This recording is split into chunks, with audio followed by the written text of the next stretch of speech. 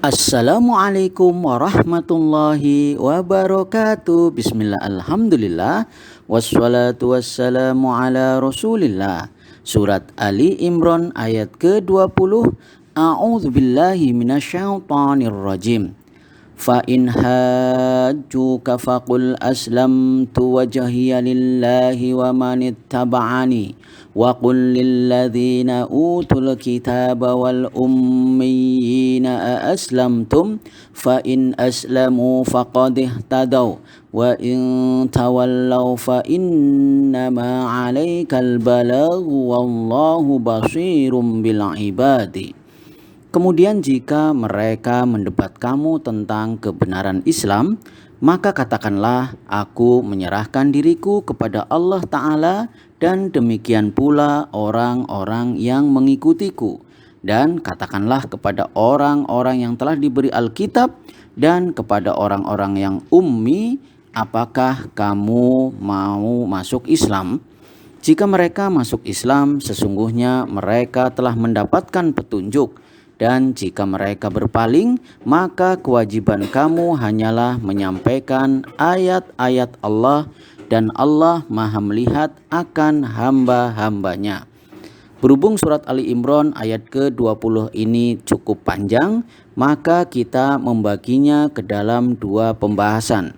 Untuk yang pertama ini, kita mulai dari fa in hajjuka faqul aslamtu wajhiya lillahi wa manittaba'ani wa qul lilladzina utul kitaba wal ummiyina aslamtum.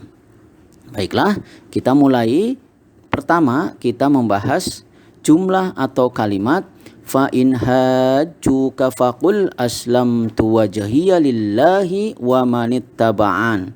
Kemudian, jika mereka mendebat kamu tentang kebenaran Islam, maka katakanlah, aku menyerahkan diriku kepada Allah Ta'ala dan demikian pula orang-orang yang mengikutiku.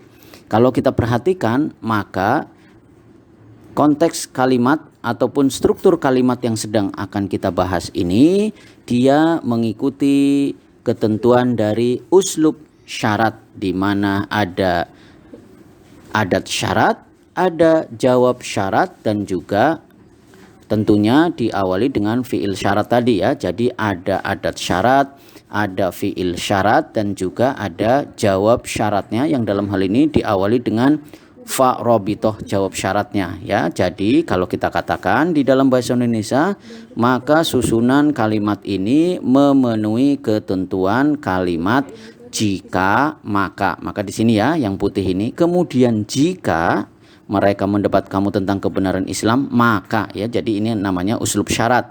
Dalam bahasa Indonesia kita menyebutnya kalimat jika, maka. Baik, dimulai dari fa'in. Kemudian jika ya. Kenapa di sini fa kita maknai kemudian, sejatinya dia tidak memiliki makna yang letterleks ya, karena dia sebenarnya fa istinafiyah ya, fa yang menunjukkan bahwa ini adalah sebuah awalan kalimat baru. Nah, ketika pembahasan tentang uslub syarat atau kalimat jika maka kita fokus di in ini ya. In karena kita tahu dia adalah merupakan adat syarat yang dia menjazmkan ya. Kemudian kita terjemahkan dengan jika. Kemudian hajuka, mereka mendebat kamu ya. Dalam hal ini mendebat tentang kebenaran Islam. Haju tentu kita paham bahwa ini adalah fi'il madhi. Dia kata kerja yang lampau yang mabni atas dhammah di sana, tetapnya atas dhammah ya, karena di situ ada wawu jama' yang menjadi fa'il atau pelakunya ya. Jadi fa'il atau pelakunya yang mendebatnya ya, yang mendebat itu adalah orang-orang yang banyak, sehingga haju ya, mereka mendebat. Sedangkan al-kaf di sini tentu sebagai maf'ul bih atau objeknya, karena kita tahu mereka mendebat siapa, tentu ada objek yang didebat. Dalam hal ini adalah al-kaf di sini sebagai maf'ul bih yang kita terjemahkan kamu. Jadi mereka mendebat kamu ya. Tentu saja hajuka karena ini adalah fi'il madhi yang tetap, ya tentu kita mengatakan fi mahalli jazm, mahalnya adalah jazm karena dia sebagai fi'il syarat. Berikutnya kalau kita perhatikan maka haju yang tadi disampaikan merupakan fi'il madhi. Tentu kita bisa mentasrif, ya, kita bisa mentasrif secara istilahi dan secara lugawi. Secara istilahi tentu dari fi'il madhi, fi'il mudhari, masdar, fa'il, maf'ul, fi'il amr maupun fi'il nahyinya, ya. Kita tahu fi'il madhi kata kerja yang lampau, fi'il mudhari kata kerja yang sedang berlangsung atau kadang juga kondisi yang akan berlangsung. Kemudian masdar kita sebut sebagai gerund atau kata kerja yang dibendakan.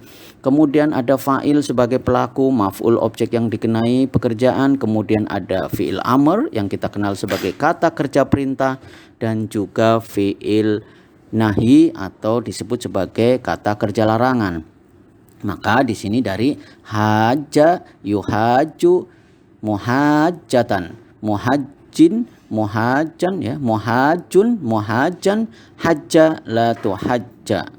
Ya, kemudian kita juga bisa mentasrif secara lugawi sehingga kita bisa menentukan kenapa kemudian muncul haju itu sebagai kalimat yang dipilih. Tentu ini berkaitan dengan fa'il atau pelakunya, ya. Tadi terlihat bahwa wawu jamak di sana. Maka ketika kita runut dari huwa huma hum hiya huma hunna anta antuma antum anti antuma antunna ana nahnu, maka haja haja haju, hajat hajata hajatna, hajata hajatuma hajatum, hajati hajatuma hajatunna, hajatu hajatna. Maka di sini ya, haju merupakan fi'il madhi mabni atas dhammah di sana karena di sini ada dhamirnya wawu jamak yang menjadikan dia mabninya atas dhammah di sana, dan kita tahu fa'il atau pelakunya adalah hum atau mereka, orang yang banyak.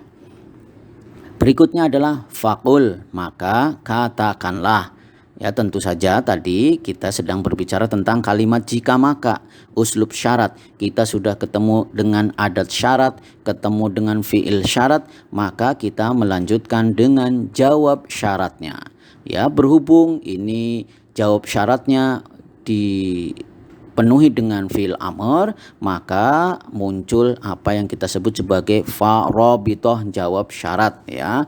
Jadi fa ini fa rabithah jawab syarat, kemudian qul merupakan fi'il amr, dia kata kerja perintah dengan fa'il atau pelakunya adalah anta, dan sekali lagi jumlah ini fi mahalli jazm, mahalnya adalah jazm karena sebagai jawab syarat. Maka katakanlah, jika mereka mendebat kamu tentang kebenaran Islam, maka katakanlah aslamtu, aku menyerahkan diri, tentu kepada Allah Ta'ala, ya. Aslamtu merupakan fi'il madhi, kata kerja yang lampau dengan fa'il atau pelakunya, ya. Di situ ada ta atau kita baca tu di sini yang kemudian kita pahami sebagai aku, ya. Jadi aslamtu ini merupakan fi'il madhi mabni atas dhammah di sana karena bertemu dengan dhamir rafa mutaharik tu di situ yang dimaknai aku menyerahkan diri,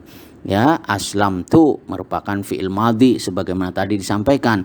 Kita juga bisa mentasrif secara istilahi dan secara lugawi. Secara istilahi dari fi'il madhi, fi'il mudhari, masdar, fa'il, maf'ul, fi'il amr maupun fi'il nahyinya dari aslama, yuslimu, islaman, muslimun, muslamun, aslim, la tuslim.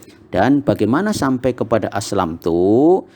Pemilihan kata ini tentu berkaitan dengan fa'il atau pelakunya yang kita menyebutnya di sini pilihannya dari kita lihat secara tasrif lughawi dari huwa huma hum hiya huma hunna anta antuma antum anti antuma antunna ana nahnu. Nah, terlihat di situ ya, ana atau aku yang kita lingkari karena memang dia di sini pilihan kata yang tepat untuk kemudian menunjukkan aku telah menyerahkan diri. Ya, di sini aslama, aslama, aslamu, aslamat, aslamata, aslamna, aslamta, aslamtuma, aslamtum, aslamti, aslamtuma, aslamtunna, aslamtu, aslamna. Nah, maka di sini tepat ya kita menggunakan kata aslamtu yang dimana dia merupakan fi'il madhi dengan fa'il atau pelakunya adalah ana atau aku.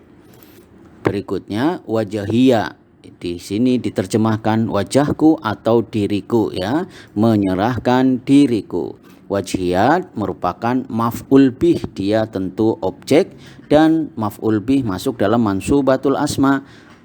Isim-isim yang mansub tanda nasabnya di sini adalah fathah muqaddarah ala ma qabala ya mutakallim ya. Jadi ini mansub tanda nasabnya adalah fathah yang diperkirakan saja atas apa yang sebelum ya mutakallim. Jadi ini adalah ya mutakallim, wajahku atau diriku ya. Ya mutakallim menunjukkan aku juga ya. Berikutnya ya tentu di sini lillahi, kepada Allah, merupakan susunan jar majrur masuk dalam sebagai syibhul jumlah. Susunan jar majrur tentu dia tidak bisa berdiri sendiri, tetapi dia muta'alik, memiliki keterkaitan makna dalam hal ini dengan makul qaulnya ya. Tadi disebutkan fakul aslamtu wajhiya, tentu ini merupakan makul qaul, isi dari perkataan. Dia berkata apa? Aslamtu wajhiya, aku menyerahkan diriku lillahi, kepada Allah. Nah, lillahi ini tentu muta'alik, memiliki keterkaitan makna dengan makul qaul aslamtu wajhiya, menyerahkan diri kepada Allah Ta'ala. Berikutnya adalah wamanit taba'ani, dan demikian pula orang-orang yang mengikutiku.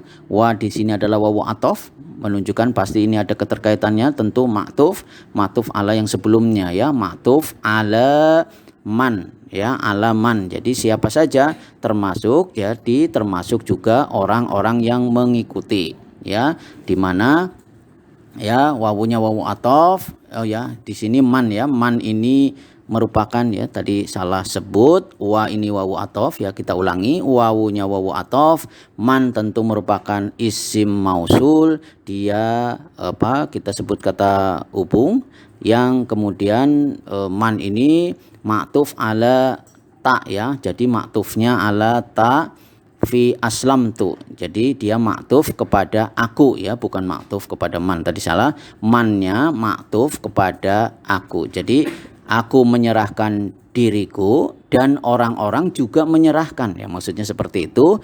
Man ini sebagai isim mausul maktuf ala ta fi aslamtu, sedangkan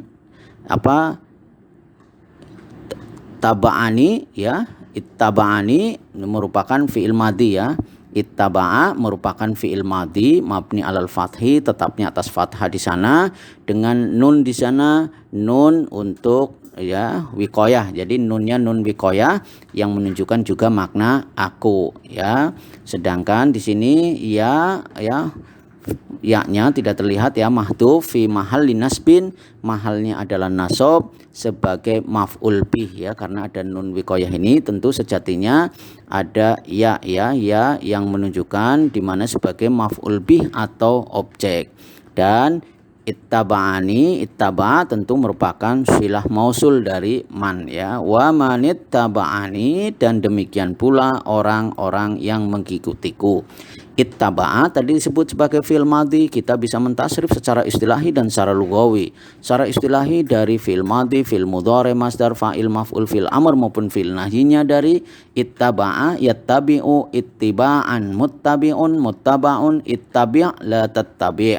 Dan ittaba'a kita juga bisa mengetahui kenapa dia dipilih itu, tentu kita bisa membahasnya secara fi'il, secara tasrif lughawi, sehingga kita tahu dia berkaitan dengan dhamair yang menjadikan fa'ilnya dari huwa, huma, hum, hiya, huma, hunna, anta antuma antum anti antuma antunna ana nahnu ittaba'a ittaba'u ittaba'at ittaba'ata ittaba'na ittaba'ta ittaba'tuma ittaba'tum ittaba'ti ittaba'tuma ittaba'tunna ittaba'tu ittaba'na. Maka di sini ittaba'a merupakan fi'il madhi atau kata kerja yang lampau dengan fa'il siapa pelakunya adalah huwa atau dia. Ya, wa manit tabaan ya tadi sampaikan merupakan wawunya wawu atof, man merupakan isim mausul ma'tuf ala tafi aslam tawu, kemudian ittaba'ani fi'il madhi mabni alal fathi dengan nunnya nun wiqayah, ya-nya sebagai maf'ul bih mahdhuf tidak dimunculkan fi mahalli nasbin, mahalnya adalah nasab sebagai maf'ul bih dan jumlahnya sebagai silah mausul ya, silah mausul begitu. Nah, dan berikutnya wa qul lil ladzina utul kitaba wal ummiyina aslamtum, dan katakanlah kepada orang-orang yang telah diberi Alkitab dan kepada orang-orang yang ummi, apakah kamu mau masuk Islam? Ya, di sini didahului dengan wa qul lil ladzina utul kitaba, dan katakanlah kepada orang-orang yang telah diberi Alkitab. Kita sering membahas ya penggalan kata ini atau kalimat ini, sehingga kita langsung saja di mana kita paham wawunya wawu atof, qul merupakan di mana dia merupakan fi'il amr ya, yang tentu saja dia ma'tuf ala fakul yang sebelumnya, kemudian lilladzina merupakan susunan jar majrur, tentu dia muta'alik ya, muta'alik memiliki keterkaitan makna dengan kul, dan jumlah utul kitaba ya merupakan silah mausul dari alladzina ya. Kita sudah sering membahas penggalan kata ini atau kalimat ini. Wa qul lilladzina utul kitaba, dan katakanlah kepada orang-orang yang telah diberi Alkitab. Apa itu? Berikutnya ya, di sini ternyata sebelum isi perkataannya adalah wal ummiyina, dan kepada orang-orang yang ummi. Ummi itu bisa dikatakan orang-orang yang tidak tahu atau yang buta huruf ya. Wawunya wawu atof ya, tentu ummiyina ma'tuf ala alladzina ya kan.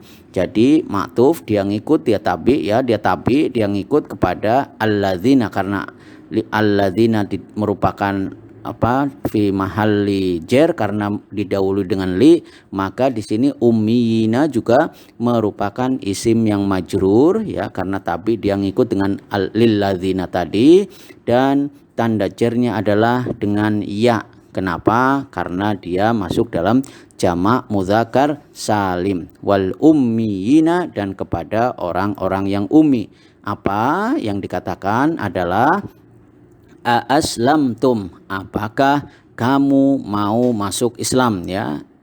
Hamzah di sini merupakan hamzah yang menunjukkan dia untuk sebuah kata tanya ya, maka a di sini diterjemahkan dengan apakah, sedangkan aslamtum merupakan fi'il madhi dengan fa'il atau pelakunya tadi ya, kita lihat ta dengan mim yang menunjukkan jamak. Jadi aslamtum merupakan fi'il madhi mabni atas sukun di sana. Kenapa? Karena dia bertemu dengan dhamir rafa mutaharik berupa ta dengan mim yang menunjukkan jamak yang kita baca tum atau antum ya, dan ini sekali lagi merupakan maqul qaul, isi dari perkataannya ya. Katakan kepada mereka, apakah kamu mau masuk Islam? Ya, di sini aslamtum tadi kita juga sudah membahas ya, di mana secara istilahi dari aslama yuslimu islaman, muslimun muslamun, aslim la tuslim.